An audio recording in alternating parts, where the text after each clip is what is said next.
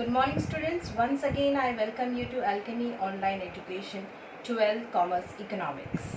We are going with current challenges facing Indian economy. Today we are going to start the last challenge, that is sustainable economic development.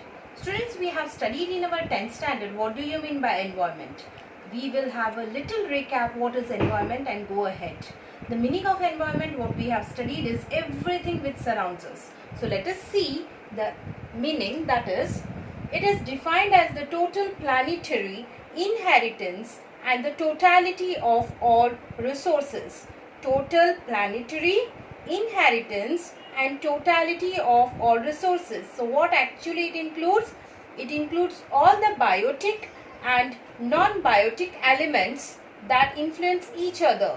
Now here the question comes, what is biotic and what is abiotic? So biotic means which is all living things and abiotic means non-living things. Let us study in detail. There are two types of environment, biotic element and abiotic element. Biotic means all living things like birds, animals, plant, forest, fishery, etc. are known as biotic elements, and abiotic elements means all non-living elements like air, water, land, rock and sunlight.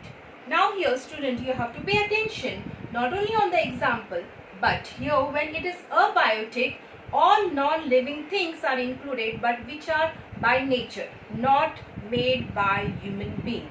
So it does not include man-made things. It is non-living thing by nature.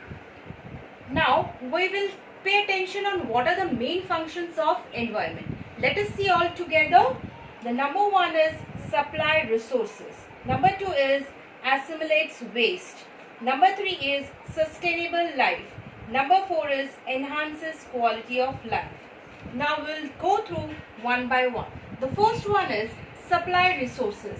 Now it's a main function of environment. It supplies both the resources, that is renewable and non-renewable. Now we already know what is renewable source or what is non-renewable. I'll give you in a very short thing. What is renewable?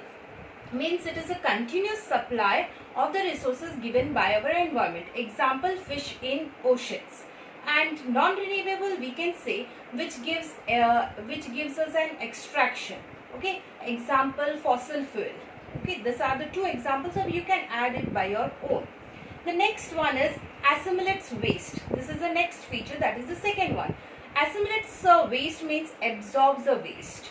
Here I can give you a good example, that is when human being inhales the breath and exhales the carbon dioxide. Actually the carbon dioxide is waste, but plant absorbs it. That is called as assimilates waste. Environment assimilates, absorbs the waste, but there is a certain capacity to absorb this waste. The next third one is sustains life. Now when we talk about sustains life, that means it gives a life to someone. So what we need to live is fresh air, good, that is clean water. So environment provides us this. So this is also a main function done by environment, that is sustains life. The next one is enhances quality of life. Definitely environment enhances our quality of life by giving us fresh air, fresh water. Actually environment has provided us everything fresh, but the human being has polluted it. So to enjoy the quality of life, we should have a good environment. Now what is the main thing here is environment is able to perform all these functions. Environment will perform all these functions without any interruption as long as demand for these functions are within carrying capacity of the environment. Now here, while explaining you assimilates, that means it absorbs the waste. I also said you there is a carrying capacity. Environment will perform all its function, but till a certain limit. What is that? Within his carrying capacity. As a human being has a carrying capacity, that means a person can carry 10 kg weight or 20 kg weight. Same way the environment also has a carrying capacity. But what actually is this carrying capacity? Let us see. Now here, carrying capacity of environment. It refers to the capacity of environment under which it is able to perform its function. That means it has a capacity under which it performs all the functions without any interruption. But it implies two things. Number one is resource excretion. That means it should remain below the rate of regeneration. Now here the question comes, what is resource excretion? When we talk about resource excretion, that means whatever activities, okay, that involves withdrawal material from the nature, okay, from the natural environment, that is called as resource excretion. That should be below the level of regeneration. That means whatever the resources, it should be regenerated again. The second point here is absorbing capacity. Now everyone knows what is absorbing capacity. There should be a absorbing capacity of waste by the environment. There is certain capacity. Even we keep on doing waste till what limit the environment will accept that absorbing capacity. So the main point here is, if these two conditions are not fulfilled, the environmental crisis occurs here. Now this is what you have to pay attention here. If these two conditions are not fulfilled in the world, then there will be an environmental crisis. Number one is excretion. Number two is absorbing capacity. So we as a citizen have to be a good citizen and pay attention. There should not be any harm to our environment. Now, what are the reasons for the environment crisis? We studied the two reasons. Let us go ahead and see some more. Number one is increase in population. Number two is industrial revolution. Number three is excretion of resources. Number four is influent consumption. And number five is tradition. Now let us see one by one. Number one is increase in population. Now when we talk about increasing population, is the one of the cause or reason for the environment, because as the population increases, the resources are limited. You know, the resources are renewable and non-renewable, but the number of or the growth rate of population is high. So definitely when number of people increases, that will harm the environment.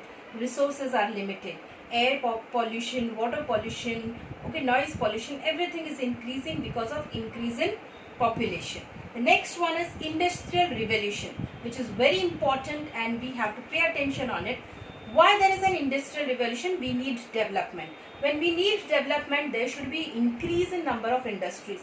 When increase in number of industries, they are not located in the residential areas. They are located in a different zone, which is called as industrial zone. And for that zone, degradation of or we can say what deforestation is done. That is called as industrial revolution. Due to deforestation, it harms our environment. The next one is excretion of resources. I already explained you what is excretion of resources. That is activity that involves withdrawal of material from the natural environment. So whatever we are doing withdrawal from natural resources, that is called as excretion. So it should be done carefully, which should be of a regeneration. Next one is influence consumption. Now when we talk about influent consumption, that means to a requirement of a people. For example, in a family, one vehicle is needed, but actually in a parking, when we go and see, there are 4 vehicles for one family. Okay, what happens? This harms our environment. So that should not be done. As per the requirement, the consumption should be there, or use of the resources should be done. The last one is tradition.